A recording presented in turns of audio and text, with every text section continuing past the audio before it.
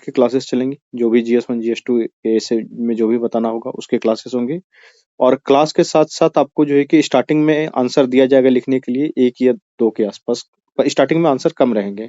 धीरे धीरे जैसे ही सिलेबस खत्म होते चला जाएगा वैसे ही आंसर का सेक्शन जो है कि बढ़ता चला जाएगा। और हम लोगों का ये प्रयास रहेगा क्लास लेने के दरमियान कि आप अपना नोट्स जरूर तैयार कर लें, उसको खुद से लिख के बना के नोट्स बना के तैयार कर लें, ताकि लास्ट टाइम में जब आप एग्जाम देने के लिए जाएं तो उसका रिवीजन कर सकें। पूरा मगअप होना चाहिए, वहां पे जाके अगर सोच के आप आंसर लिखने का शुरुआत करेंगे तो आप क्वेश्चन पूरा ही नहीं कर पाएंगे। इसलिए सबसे पहले नॉलेज एक्यूमुलेट करना है, नॉलेज जमा कर लेना है।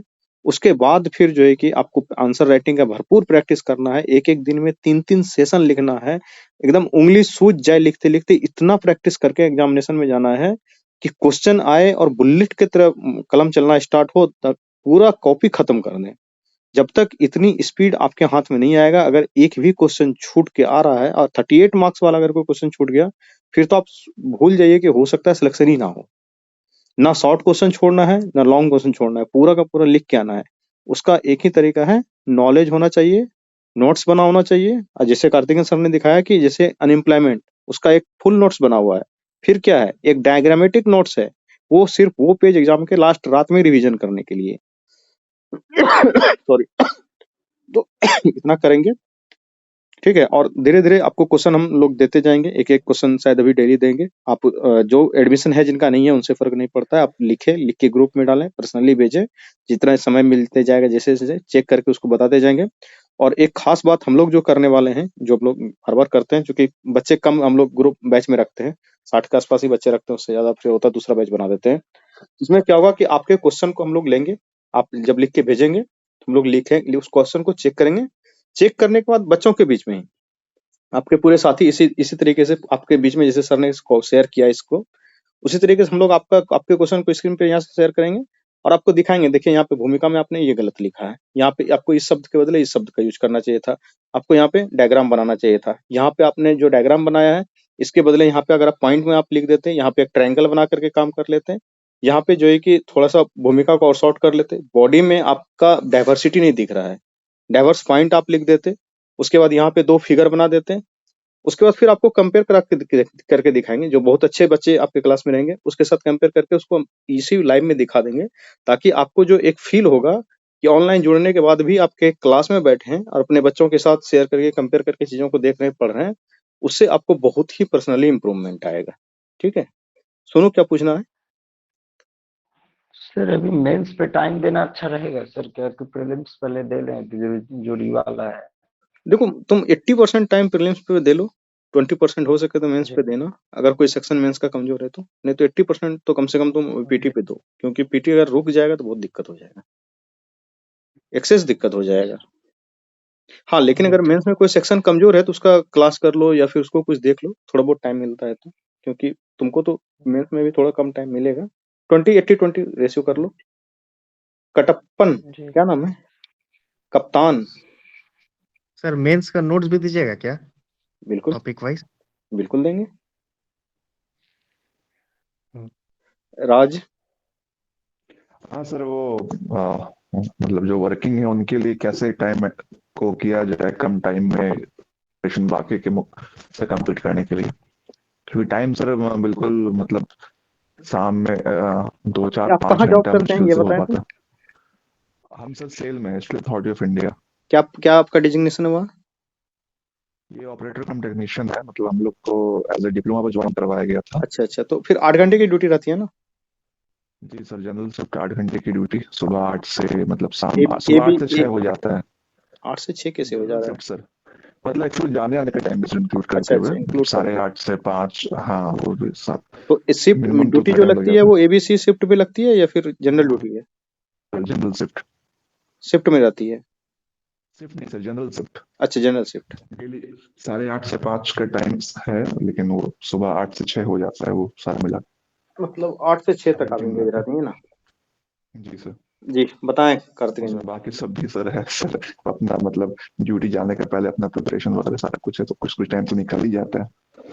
अच्छा, फैमिली भी है या फिर टाइम जो शादी वगैरह नहीं हुई है? नहीं नहीं सर, मतलब पेरेंट्स है। अच्छा, पेरेंट्स हैं, ठीक। टाइम कितना बहुत मिलता है ये बताइए। कितना टाइम निकाल शाम पाते में हैं? 6 बजे से सवेरे 8 बजे तक।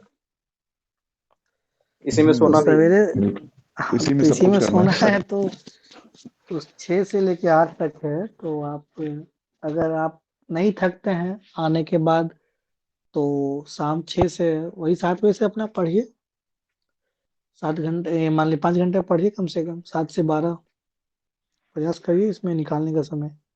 यही समय आपके पास बच रहा है सिर्फ। जी 5 सर, घंटा वो पढ़ना होगा, संतुष्ट। उसमें प्रयास से अभी मान लीजिए पीटी तो दे ही दिए ना, मेंस देना है ना, आपका एग्जाम तो जी नहीं, सर, एग्जाम नहीं ना आपका। नहीं हाँ नहीं तो पीटी फिर हो गया। यही बस धीरे धीरे लिखते रहना है। और जो मैं हम लोग को प्रश्न देंगे तो प्रश्न का यही था कि पहले आप लोग नोट्स बनाते जाएं, जो प्रश्न मिला ये लिख के आने का मतलब ये नहीं कि आप अपने मन से, कोई दिक्कत नहीं है, आप कहीं से भी 2-3 जगह से एनालिसिस करिए उसके बाद लिखिए, इट्स ओके, पहले आप हैबिट तो बनाइए। और क्या इसे रुपेश? घबराना नहीं है राज, जैसे कि सर की भी ड्यूटी है, सर भी पढ़ाई करते हैं, क्लास भी देखिए, सर पढ़ाई भी कर रहे हैं, साथ के साथ क्लास भी ले रहे हैं, ड्यूटी भी कर रहे हैं, उसके बाद भी सारा चीज इनका मैनेज्ड है, तो आप भी कर सकते हैं। और बहुत सारे बच्चे हमारे यहाँ हैं, जैसे प्रफुल्ल को मैं जानता हूँ, ये भी जॉब में है, आरती है वो जॉब में है, बहुत लोग को मैं जानता हूँ जो ये इसमें जुड़े हैं, उमाकांत है ये जॉब में है, कृष्णकांत है ये जॉब में है, ये सारे बच्चे, जी बहुत सर। सारे बच्चे जॉब में हैं। और जो सिलेक्शन रेशियो जब देखेंगे ना राज, तो उसमें हमें तो अभी भी लग रहा है, इस बार भी मैं 69 का भी बात कर रहा हूँ, उसमें आप इंटरव्यू वाला बैच का वीडियो पड़ा हुआ है, अगर मेरे बात पे भरोसा ना हो तो जाके देख लेना। जब शुरुआत में परिचय होता था ना बच्चों का, उसमें 80 से 90% बच्चे तो सबसे पहले मेरे पास जॉब वाले ही आए थे इंटरव्यू देने के लिए।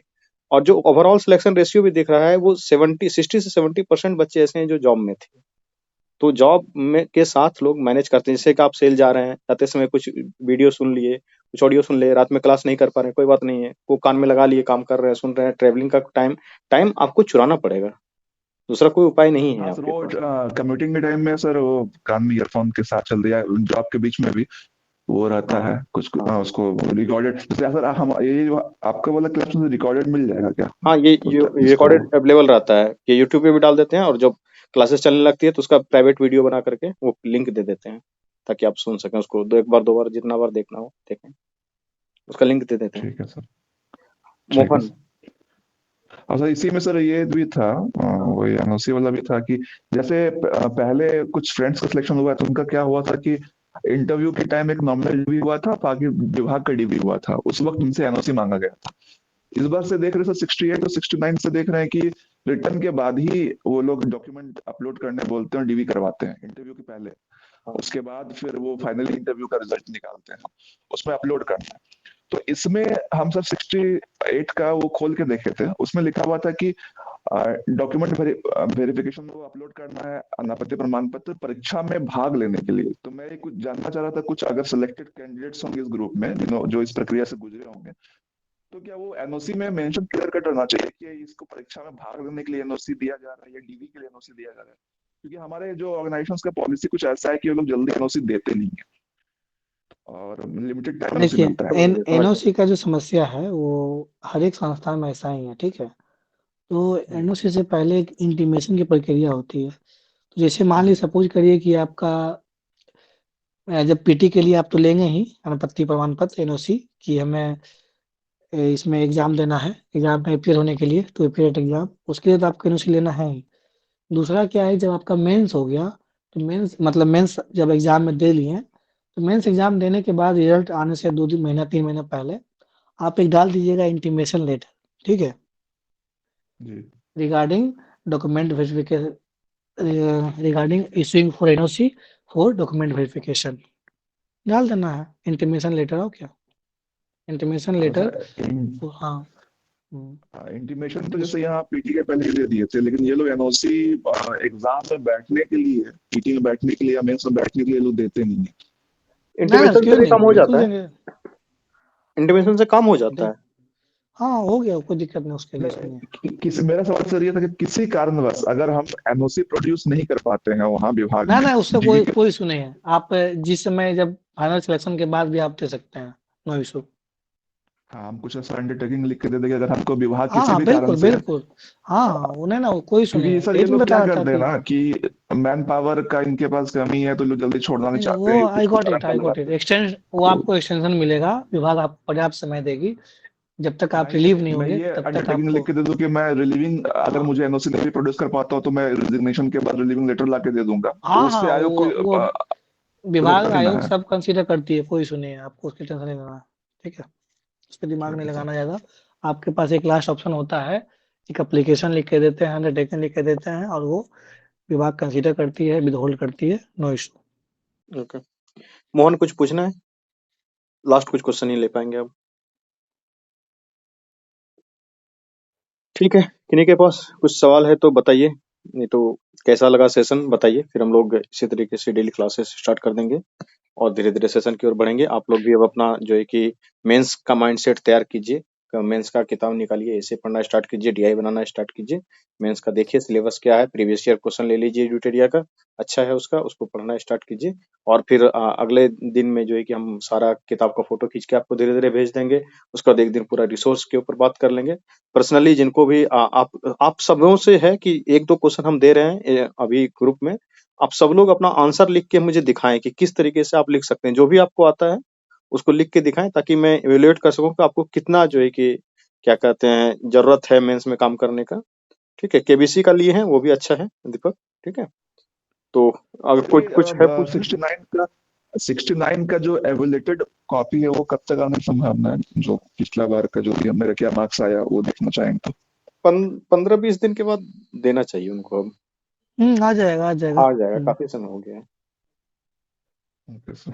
ठीक है, पिछले बार मतलब फर्स्ट टाइम मेंस दिया था मैंने, तो काफी मतलब पूरा परफॉर्म रहा। एसे में 147 अराउंड आया और वही अराउंड जीएस 1 में था।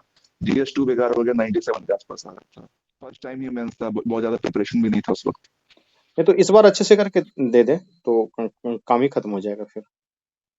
ठीक है, ओके। और किन्हीं को कोई सवाल? कैसा लगा सेशन?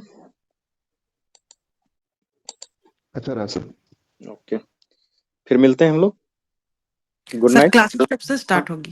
क्लासेस कल से ही, कल या परसों से स्टार्ट हो जाएगी। कल ही शायद आदित्य सर आ जाएंगे, उसके बाद फिर हमें रहेंगे, आदित्य सर रहेंगे, कार्तिकेय सर रहेंगे, और भी बहुत सारे लोग हैं। ठीक है, कल से ही स्टार्ट हो ओके जाएगी। Sir, thank you sir. हाँ मोहन, क्या है आपका सवाल? हैंड रेज कर रहे क्लास का टाइमिंग सर? हैं। क्लास का टाइमिंग नाइट में ही रहेगा, 9 बजे से ही, 9 से 10 या 9 से 11, जैसा भी होगा रहेगा, लेकिन नाइट में, क्योंकि सर भी ड्यूटी में रहते हैं, सारे लोग ड्यूटी में रहते हैं, तो दिन में कर पाना थोड़ा मुश्किल हो जाएगा, हेलो कर ही नहीं सकते हैं ना। हाँ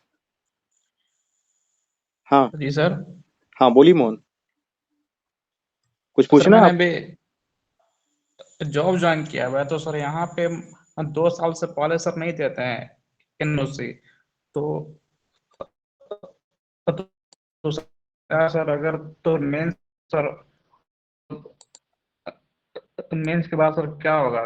क्योंकि सर यहाँ सर 2 साल के बाद, मतलब सर यहाँ 2 साल में सर यहाँ पे नहीं देते हैं एनओसी। हेलो।